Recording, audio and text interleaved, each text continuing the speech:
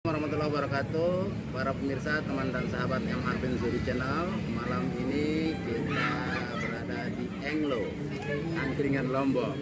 Kita bersama penulis buku Masail Fiqhiyah, Musa Tato. Beliau orang Lombok dan sehari-hari berdinas di kantor KUA Kecamatan Selaparang.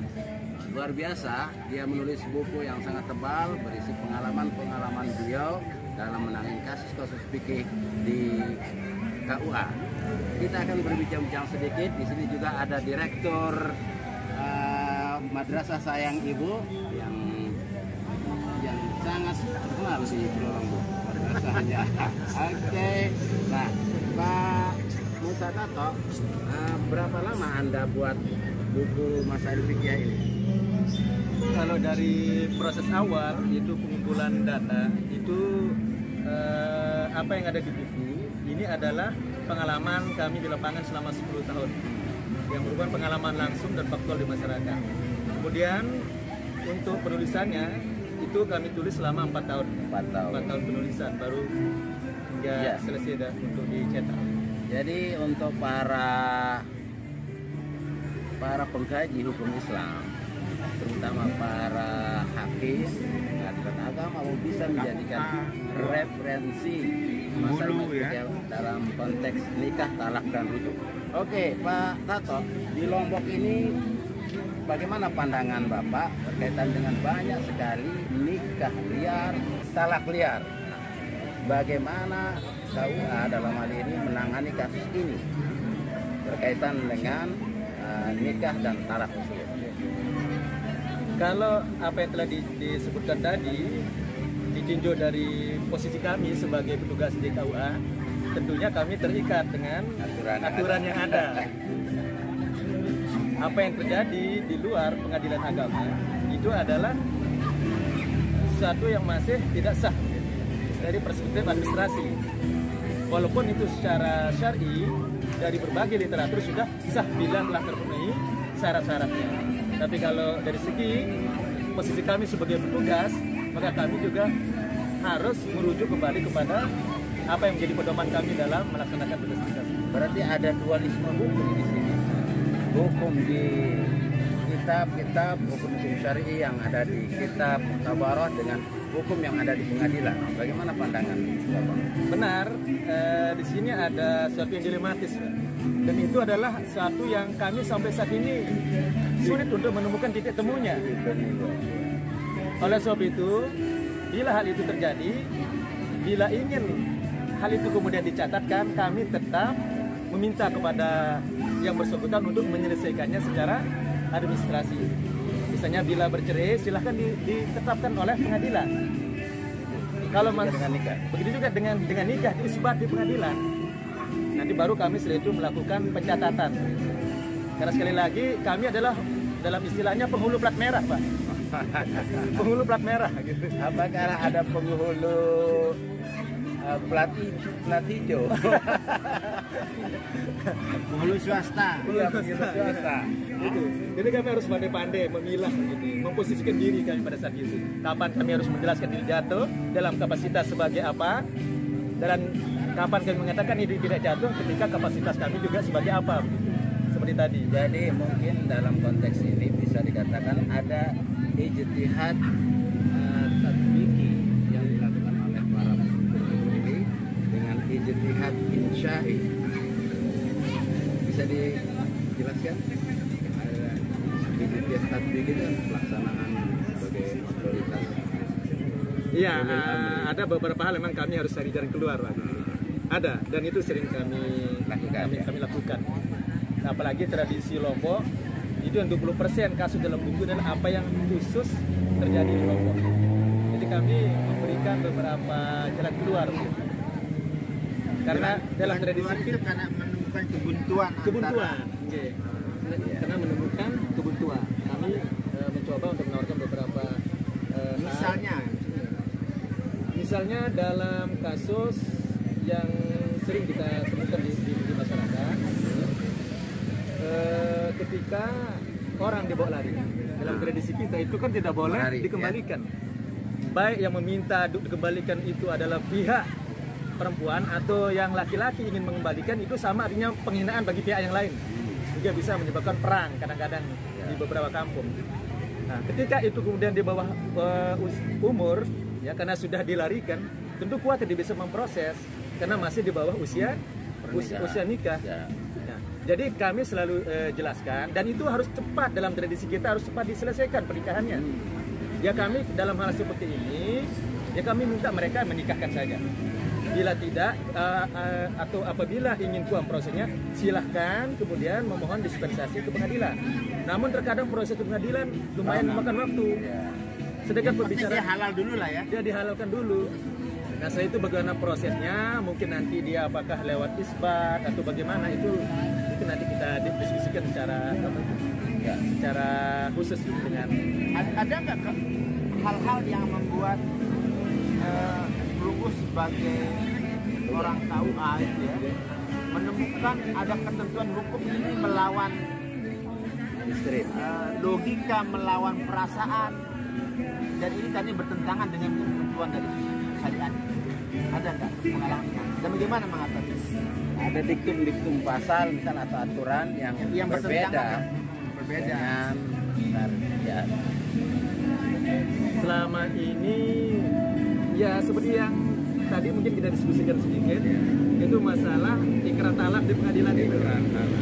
Talak di pengadilan itu sering menjadi masalah besar di masyarakat, bahkan sering menimbulkan kekisruhan di masyarakat ketika orang dibawa secara syar'i.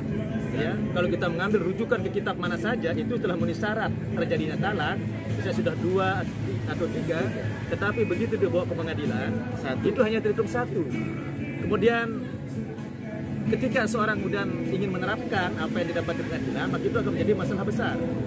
Gitu.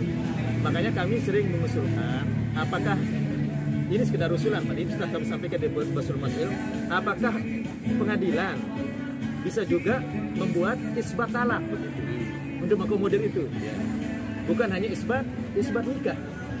Karena kalau alasannya seperti tadi bahwa talak yang sah adalah yang diikrarkan di depan pengadilan, dalam pasal yang lain di buku yang sama dikatakan ya pernikahan yang sah adalah di depan pegawai pencatat nikah. Pertanyaannya, apakah kita berani mengatakan pernikahan mereka yang di bawah tidak tercatat, yang ada walinya yang sah, ada saksi-saksinya, bahkan dilaksanakan di masjid, itu adalah pernikahan yang tidak sah atau zina? Nah itu makanya kontradiktifnya di sana. Dan satu lagi saya pernah mendengar ada kaul bahwa penetapan jatuhnya nikah, sahnya pernikahan dan sahnya talak itu pengadilan itu adalah pandangan kaum Syiah. Nah, saya ingin konfirmasi bahwa itu apakah pernah Anda telusuri itu pandangan kaum Syiah? Saya belum menemukan, Pak. Saya pernah mendapat kaul nah, dan itu yang diakomodir oleh KHI. Sebelumnya coba cek, semua mazhab tidak ada putusan sahnya pernikahan atau perceraian di depan pengadilan. Itu adalah satu kaul dari mazhab Syiah. Nah, saya belum menemukan, Mas. Dalam literatur yang saya baca, yang artinya yang kami baca dari mazhab Sunni, itu belum ada ya. Belum ada kami. Nah, makanya mungkin bisa nanti jadi mungkin revisi buku ini tambahan, bahwa jatuhnya sahnya pernikahan dan jatuhnya salah itu ada dua pandangan tadi. Ke depan selain kajian-kajian masalah masail fikih ini, apa concern Pak Musadako sebenarnya dalam bidang hukum Islam? Maksud concern di hadis? Di hadis sebenarnya. Di hadis. Jadi sebenarnya konsentrasi saya hadis, cuma karena tuntutan di lapangan, ya kita harus menyelesaikan. Harus belajar secara mandiri. Atau bila ada hal yang muskil, kami tanyakan kepada yang ahlinya. Dan ke depan saya memang ada rencana untuk menulis satu buku lagi, yaitu tentang Al-Bidul Mar'ah, kekerasan terhadap wanita. Itu masuk dalam judul KDRT, yang mana dalam praktek penafsiran kita sering keliru di masyarakat tentang kalimat misalnya yang sederhana, wadribuhun, pukullah mereka. Padahal dalam tafsirnya itu sangat jelas, yang Rasulullah sendiri tafsirkan dalam hadis riwayat Abu Daud misalnya, wadribuhun darban ghairu mubarrih wala tadribul wajh. pukullah mereka dengan pukulan yang tidak menyakiti, tidak meninggalkan bekas, dan jangan memukul wajah. Artinya masalah pemukulan ini secara tegas oleh Ibn Abbas juga dijelaskan dalam tafsir bahwasanya memukul di sana laisa bisotin wala bi'asar, bukan dengan pecut ataupun dengan tongkat, walakin bi khirqatin aw bisiwak, itu hanya dengan sapu tangan atau hanya dengan siwak. Dan itu pun masih Rasulullah mengatakan tidak boleh meninggalkan bekas. Walaupun Rasulullah tetap membolehkan dengan sapu tangan seperti tafsir Ibn Abbas, ya, tetap juga jangan di wajah. Jadi bagaimana sebenarnya kita ingin merubah pandangan masyarakat, menjelaskan tentang bagaimana sebenarnya pandangan Islam tentang masyarakat kekerasan ini yang selama ini itu sering menjadi polemik dan justifikasi orang-orang mereka yang membaca Al-Quran secara sepihak, yang tidak pernah membaca tafsir secara utuh untuk melakukan kekerasan terhadap perempuan.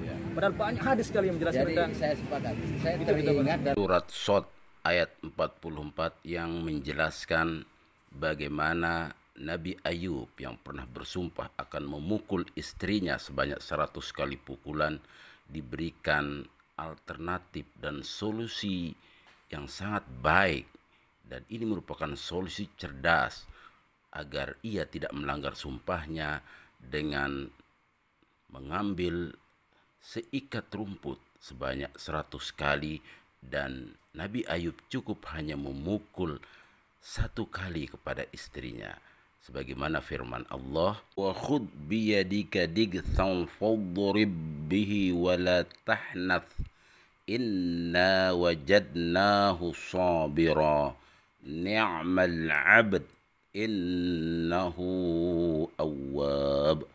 Dan ambillah dengan tanganmu seikat rumput, maka pukullah dengan itu dan janganlah kamu melanggar sumpah.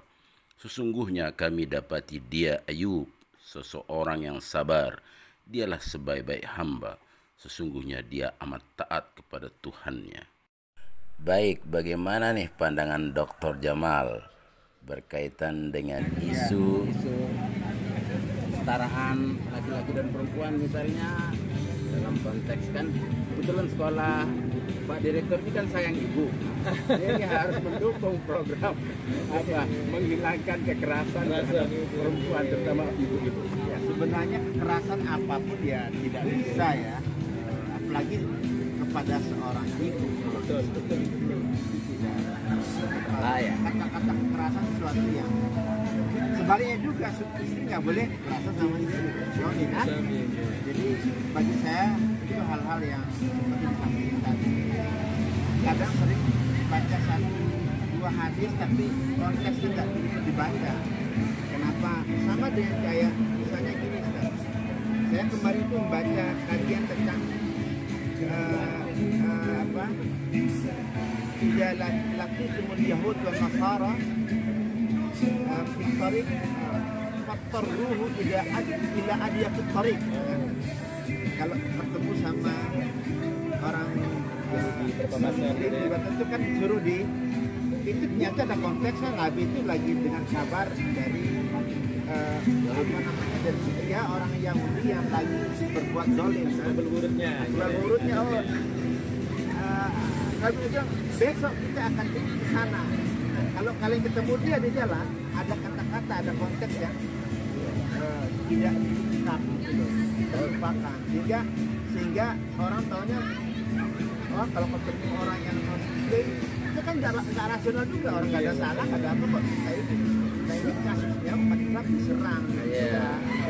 Nabi bilang oke, besok nagdu, besok kali kita di sana. Dan kalau kalian jangan tegur mereka, pokoknya langsung aja beraksi lah. Ya, oke. Jadi teman dan begitu sahabat juga semua, itu. saya kira dalam memahami hukum Islam ini dibutuhkan beberapa instrumen perangkat, terutama perangkat maqasidus syariah, kemudian ada asbabun nuzul, asbabun nurut, ada illah, ada hikmah, dan kita yakin bahwa hukum Islam ini muaranya adalah lima solihil ibad, untuk kebahagiaan, kesejahteraan manusia semua, karena Islam hadir dengan visi rahmatan lil alamin, rahmat bagi semesta raya ini. Semoga bermanfaat. Syukran, adumna bil khair wal barakah, wallahul Jangan muwaffiq. lupa. Assalamualaikum warahmatullahi wabarakatuh. Ya, jangan lupa. Harfin. Ada fotonya ini. Apa itu? Membaca langit, dibaca bumi, melangitkan zikir, membumikan pikir. Iqra bi harfin, karim bi harfin. Oke. Ya, terima kasih. Bismillahirrahmanirrahim. M Harfin Zuhdi Channel. Membaca langit, dibaca bumi, melangitkan zikir, membumikan fikir. Iqra bi harfin, karir bi harfin.